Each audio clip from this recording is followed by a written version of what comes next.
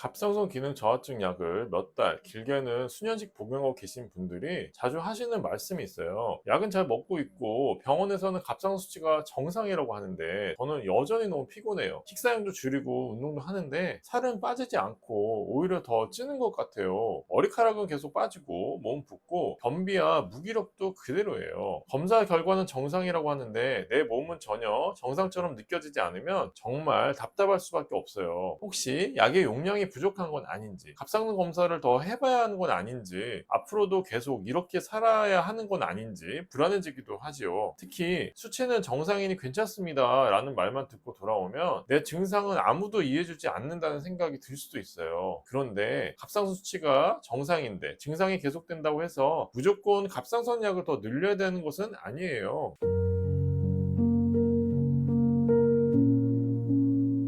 피로, 체중 증가, 부종, 탈모, 변비, 무기력 같은 증상은 갑상선 기능 저하증에서 나타날 수 있지만 갑상선에만 나타나는 증상은 아니거든요. 그래서 갑상선 약을 잘 복용하고 수치도 정상인데 여전히 힘들다면 갑상선만 반복해서 보는 것이 아니라 다른 원인을 함께 찾아봐야 해요. 오늘은 이런 분들이 꼭 확인해 봐야 할 5가지 원인을 말씀드릴게요. 첫 번째는 갑상선약의 복용 방법과 흡수 문제예요. 약을 매일 먹는 것과 약이 매일 일정에 흡수되는 것은 조금 다른 문제예요. 갑상선 호르몬제는 음식이나 커피, 다른 약과 영양제의 영향을 비교적 많이 받는 약이에요. 약을 먹고 바로 아침 식사를 하거나 커피를 마시고 있지는 않은지 먼저 확인해 보세요. 철분이나 칼슘 영양제, 대산자 갑상선약을 한꺼번에 복용하고 있지는 않은지도 살펴봐야 해요. 위산 억제제나 일부 건강기능식품도 약의 흡수에 영향을 줄 수 있어요. 일반적으로는 아침 공복에 물과 함께 갑상선 약을 복용하고 적어도 30분 1시간 지난 뒤 식사하는 방법이 권장돼요. 아침 복용이 어렵다면